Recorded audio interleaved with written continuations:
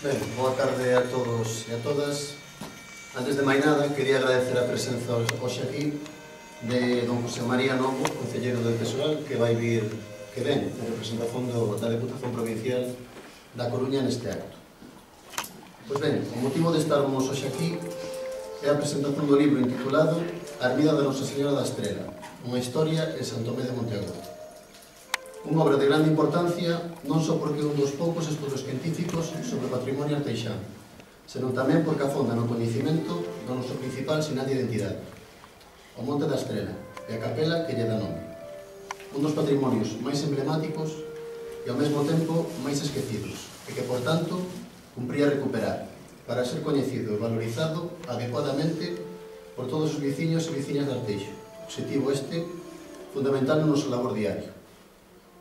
Neste sentido, desta Asociación Cultural Monte da Estrela, queremos agradecer a axuda proporcionada pola Deputación da Coruña e polo Concello de Arteixo, xa que sen as súas achegas teria sido imposible a realización deste traballo.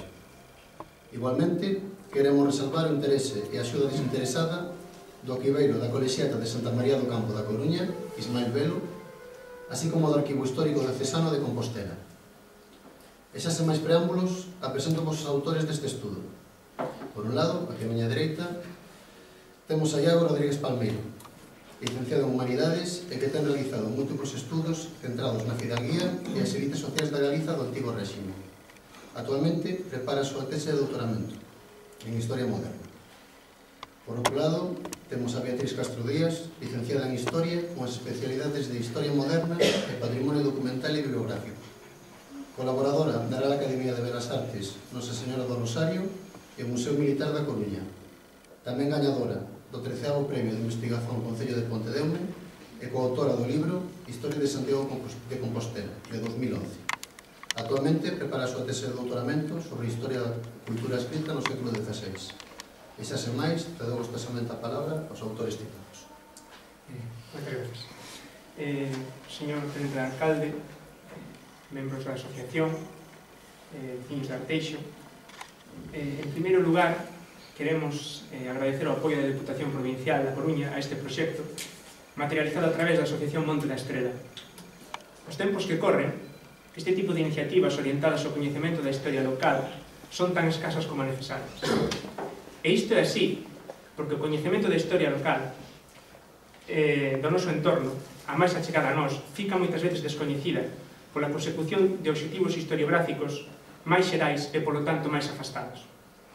Por suposto, queremos estender este agradecemento aos membros da Asociación Monte da Estrela, especialmente a Xuxo Couto, por contar con nós para levar a cabo este proxecto que hoxe é realidade, tras varios meses de esforzo e dedicación de todas as partes nel implicadas.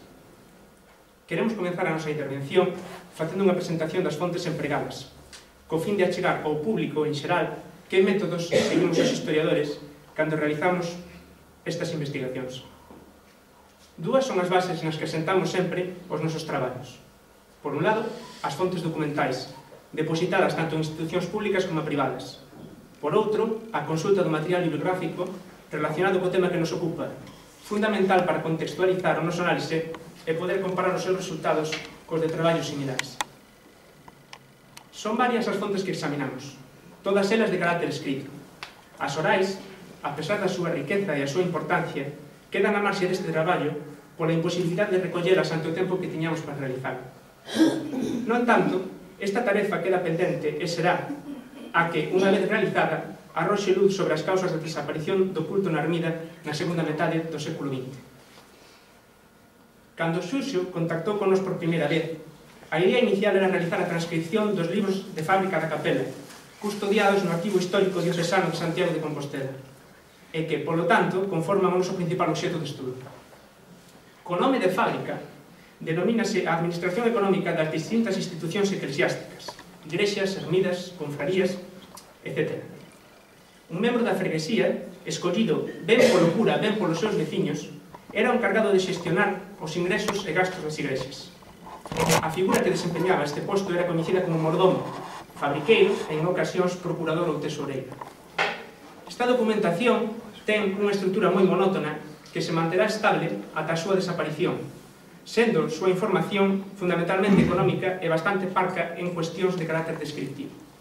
Con todo, a súa amplitude cronolóxica e a análise detallada de cada unha das súas partidas de ingresos e gastos permítenos inferir cuestións relevantes sobre a evolución da devoción, do edificio, entre outras cousas. Nestes libros, ademais das contabilidades, atopámonos coas referencias ás visitas pastorais que se fixeron, que tiñan como fin dar a coñecer o estado das institucións religiosas nunha rexión determinada. Os libros de fábrica da Nosa Señora da Estrela infórmanos de 11 visitas entre 1721 e 1913. A primeira visita na que se fai referencia á Estrela non se atopa nestas fontes, senón na bibliografía. Foi realizada por Jerónimo de Loio, cardeal e visitador xeral do arcebispo, e constata a existencia da ermida a comenzos do século XVII. Na década dos 30 do mesmo século, fomentaronse estas viaxes e sabemos, grazas á documentación conservada tamén no diocesano, que en 1639 se visitaron Monteagudo e a capela, onde, por primeira vez, se fai alusión á confraría homónimas fundada no seu edificio.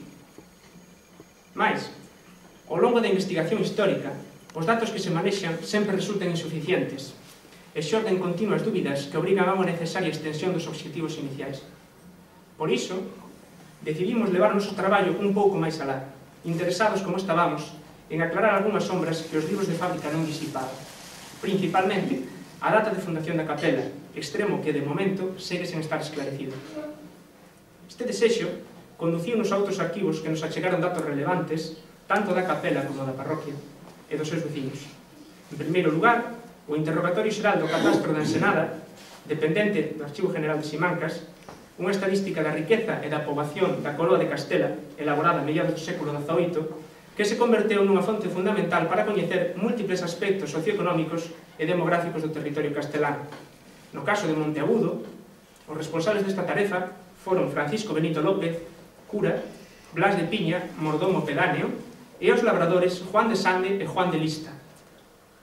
Outras informacións interesantes atopámolas, por unha banda, no Fondo Xeral do Arquivo Histórico Diocesano de Santiago e, máis concretamente, nas series de rendas e bens beneficiais, arranxo parroquial e outras.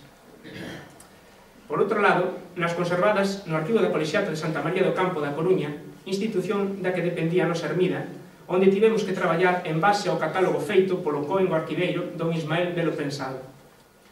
Pecha este apartado de fontes un preito entre Domingo do Canto e José Calvete sobre o nomeamento do mordomo da confraría da Nosa Señora da Estrela que pasou en 1750 ante a Real Audiencia, cuxa documentación está custodiada no Arquivo do Reino de Galicia, na Coruña. Como tivemos oportunidade de comprobar para o caso da ermida, as gravosas cargas que levaba ao posto del mordomo provocaron en moitas ocasións que os individuos nomeados se negasen a ocupar o posto e iso, a súa vez, derivou un expediente xudiciais ante este tribunal. Para concluir, é necesario referirse, aínda que sexa moi brevemente, á bibliografía. Son moitos os traballos que nas últimas décadas se dedicaron ao estudo tanto das mentalidades religiosas en época moderna como ao papel da Igrexa na sociedade. Estas achegas foron fundamentais para a realización desta investigación, aínda que, polo seu carácter divulgativo, omitimos a referencia exhaustiva a todos eles co fin de non saturar o lector con pesadas notas ao pé de páxina. Con todo, bótase en falta un análise xeral e completa das ermidas e os santuarios en Galicia, pois, fora de algúns estudios de carácter comarcal e de traballos que se centran nos grandes centros devocionais galegos, carecemos dunha investigación global sobre este fenómeno religioso que viviu as súas épocas de esplendor e decadencia durante o antigo réxime. Sin máis, ten a palabra, compañero.